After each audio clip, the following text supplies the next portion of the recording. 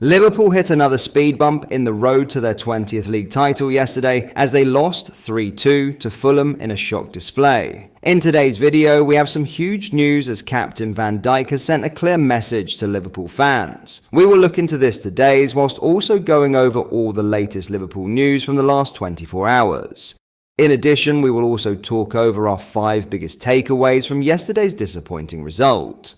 There is so much to discuss in today's video, so be sure to like the video and subscribe to the channel for daily Liverpool content.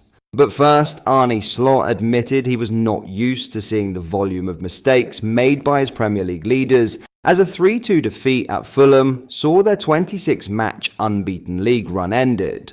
Despite Alexis Mac Allister's sensational opener, Liverpool were handed their second defeat of the campaign. Substitute Luis Diaz found the net after the break, but it was not enough as Liverpool were inflicted their first league loss since Nottingham Forest's 1-0 win at Anfield in September. The result saw the Reds fail to capitalise on closest challengers, Arsenal dropping points in their 1-1 draw at Everton on Saturday, missing out on extending their 11-point lead at the summit with 7 matches remaining in the title race. It wasn't 45 minutes of disaster, but the errors we made weren't something that we're used to and it's something different, Slot said. It's disappointed us all, the players and the fans. One reason we're in the position we're in is because we don't make a lot of mistakes, and if we do, the players try and make up for them. After Sessegnon fired Fulham level, Iwobi's left-footed strike in the 32nd minute took a heavy deflection off Andy Robertson and passed Kawhi Kelleher to complete the turnaround. Following a turbulent performance against Everton striker Beto in their 1-0 midweek Merseyside derby win, Virgil van Dijk continued to struggle in West London, with Muniz beating him to a high ball and finishing through the goalkeeper's legs to give Fulham their third.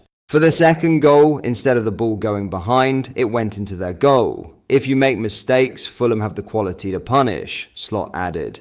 In the second half, we made chances and could have made up for it, but we lacked time. In the last 25 minutes, it was clear that we could score a third. We have a whole week until West Ham. Everyone needs to be aware that the only way we win is through a constant effort and 90 minutes of hard work. The win sees Fulham bounce back from their FA Cup quarter-final exit to Crystal Palace last month and their 1-0 midweek defeat at Arsenal as they move up to 8th in the table. It was a great 3 points for us, I believe we deserved it, manager Marco Silva said.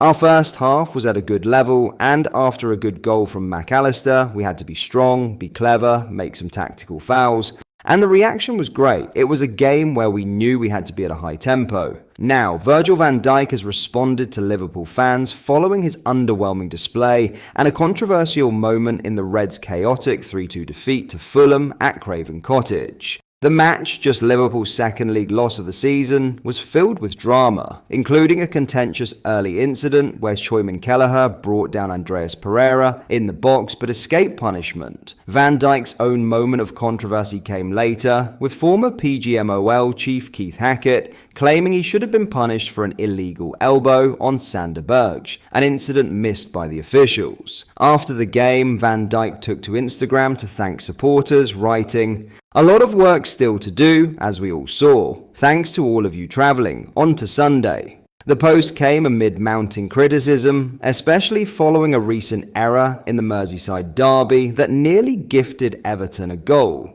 Despite a generally solid season, questions have emerged over Van Dijk's form and future, with no new contract agreed and his current deal set to expire in June. With negotiations yet to progress publicly, uncertainty continues to grow around the Liverpool captain. In this portion of the video, we will go over our 5 biggest takeaways from our 3-2 loss to Fulham yesterday.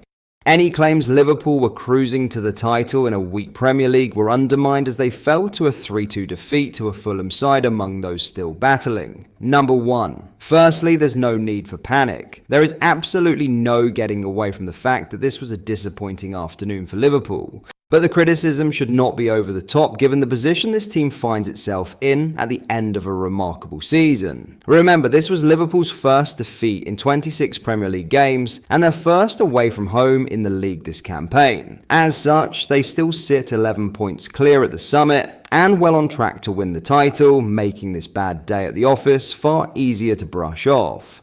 Number 2. Errors were Liverpool's undoing. Of course, despite playing poorly in this one, Liverpool still managed to score 2 goals away from home and put themselves in with a chance of winning the game. That they didn't owe much to going 3-1 down during a calamitous first half, the likes of which we have not seen all season. Having averaged less than 1 defensive error leading to a shot per game, in 2024-25, the Reds produced 3 inside the first half hour at Craven Cottage. That is not only uncharacteristic, but also a good way to go about losing games of football. Number 3. Week league talk is clearly nonsense. That those mistakes were punished also owes much to the quality of some of Fulham's finishing, particularly the goals from Ryan Sessegnon and Rodrigo Muniz. Players able to do that are difficult to find, and yet they are littered throughout mid-table teams in the Premier League these days. That is why attempts to play down what Liverpool have achieved this season should be completely ignored. The fact is, they have done incredibly well to avoid an off day like this since defeat to Nottingham Forest way back in September, because when that happens in this league, you lose. Number 4. Liverpool have a glimpse of life without Trent. If Liverpool's games against Newcastle, Everton and Fulham are anything to go by, then you could say that they are in for serious pain when they lose Trent Alexander-Arnold's creativity this summer. In each of these outings without their vice-captain, the Reds have had problems with progressing the ball forward, looking too easy to contain if their midfielders are closed down. However, it is also worth noting that these fixtures have seen the makeshift options of Jarell Quansah and Curtis Jones used at right back, meaning this is not a true look at what life without Alexander-Arnold will be like. Perhaps the final 23 minutes at Fulham, which saw Connor Bradley grab an assist and create 2 chances,